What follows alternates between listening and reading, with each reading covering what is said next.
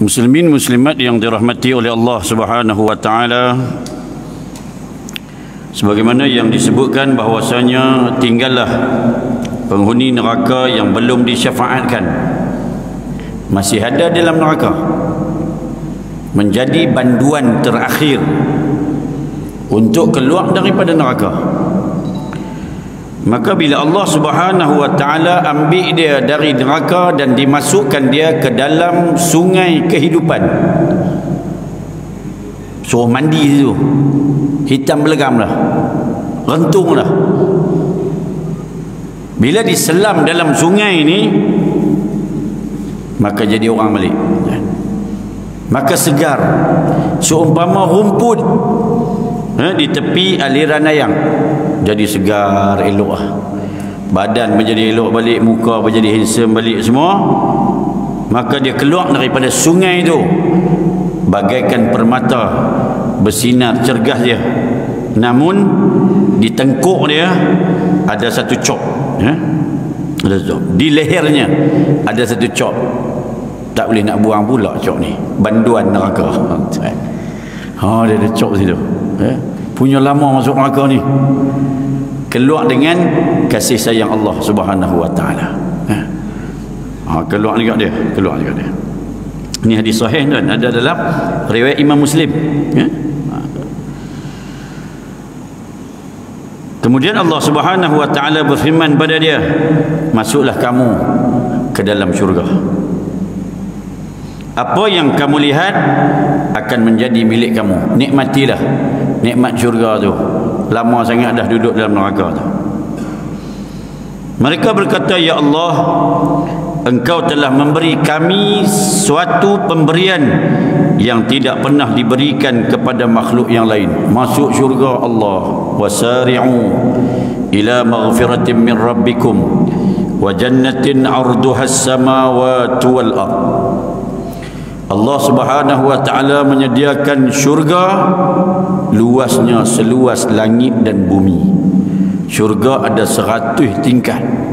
Satu tingkat ke satu tingkat, luas dia seluas langit dan bumi. Sungai Tengi pi Sungai Boya, masa luas dah. Kita pusing satu Selangor ni lagi luas, baru satu Selangor. Satu Malaysia daripada Johor sampai ke Perlis pun kita tak bisa pi. Mana nak tahu luas mana? Itu baru satu Malaysia, luas dah. Allah kata satu dunia. Berapa luas Sungai Tengi pi Perancis pun tak tahu, saya pun tak tahu. Sebab tak bisa pi. Perlis tahulah. Maka Allah sebut luas ni satu tingkat. Syurga tu tingkat 2 luas langit dan bumi.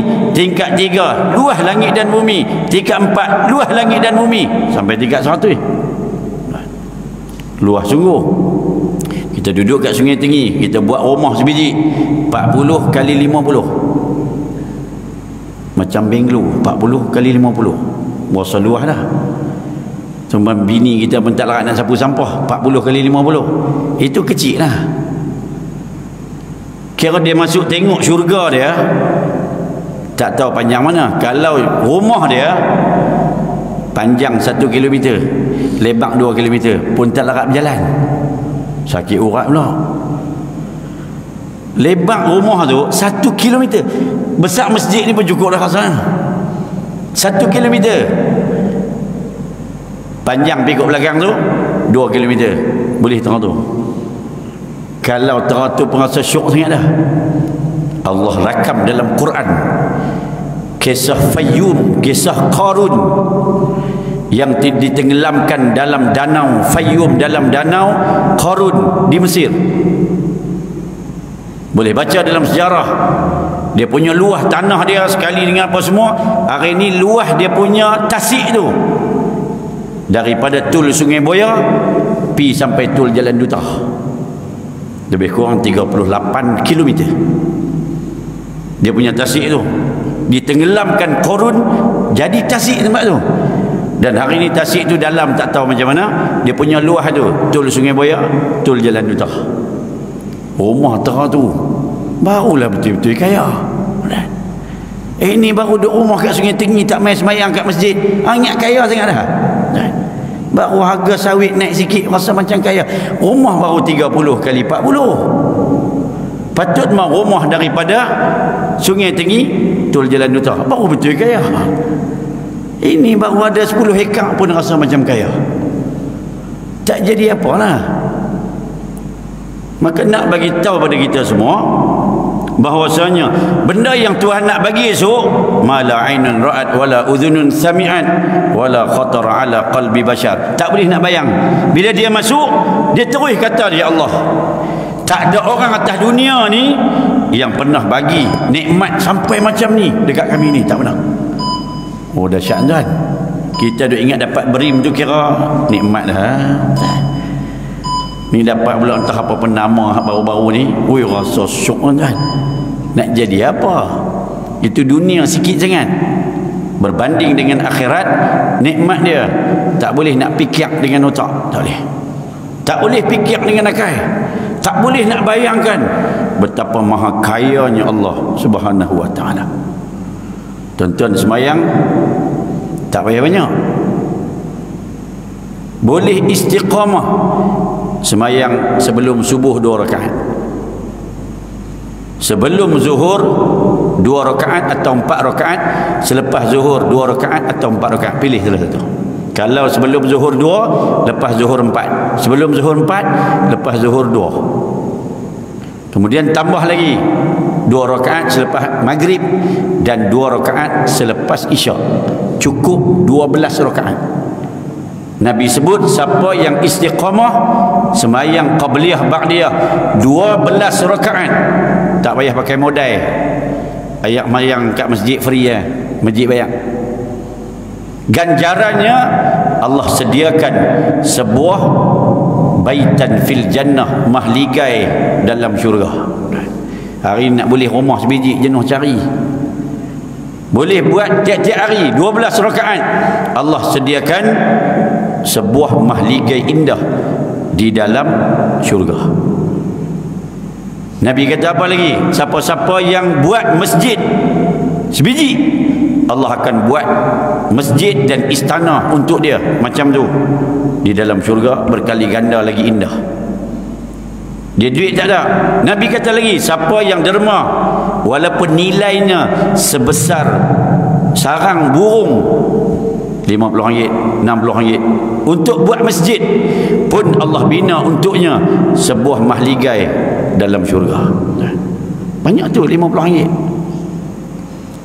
Maka Allah Ta'ala tawar yang hebat-hebat pada kita hari ni. Tiba-tiba masuk neraka juga. Masuk neraka juga. Sudahnya boleh tak masuk syurga. Dia tengok-tengok, oh sungguhlah, sungguh. Duk dengar ustaz sebut ingat, tak sungguh. Rupanya Allah bagi sungguh. Luah la ilaha illallah. Syurga yang luas, rumah yang luas, berpuluh-puluh kilometer, beratus-ratus kilometer keluasan rumah saja. Ini kasih sayang Allah Subhanahu wa taala. Maka Allah kata dekat dia, di sisi aku masih ada yang lebih baik daripada semua ni. Tuhan kata dekat dia. Dia rasa dia dapat tu, dia rasa kagum sangat. Tuhan pergi kata pula kat dia, masih ada lagi di sisi aku ni yang jauh lebih baik daripada yang hang dapat ni. Dia pun tanya lagi, wahai Tuhan, ada lagi lebih baik daripada ni? Benda apa? Lalu Allah Subhanahu wa taala berfirman, keredaan aku tidak akan murka lagi kepada kamu selama-lamanya selepas kamu masuk syurga. Masuk syurga lah. Tuan-tuan balik lagi, buka surah Al-Qiyamah dan beberapa surah dalam Quran. Allah Subhanahu wa taala bagi tahu ada satu lagi nikmat yang Tuhan akan tunjuk dan bagi di syurga itu, sehingga manusia dapat nikmat tu dia lupa syurga yang indah. Lupa syurga. Apa dia nikmat itu? Dapat melihat Allah Subhanahu wa taala. Dapat melihat Allah Subhanahu wa taala, menyebabkan indahnya nikmat itu dapat melupakan syurga yang penuh nikmat itu. Dia sampai macam tu. Kalau boleh masuk syurga, kalau boleh masuk syurga, sampai sedahsyat itu yang dikurniakan Allah kepada kita semua.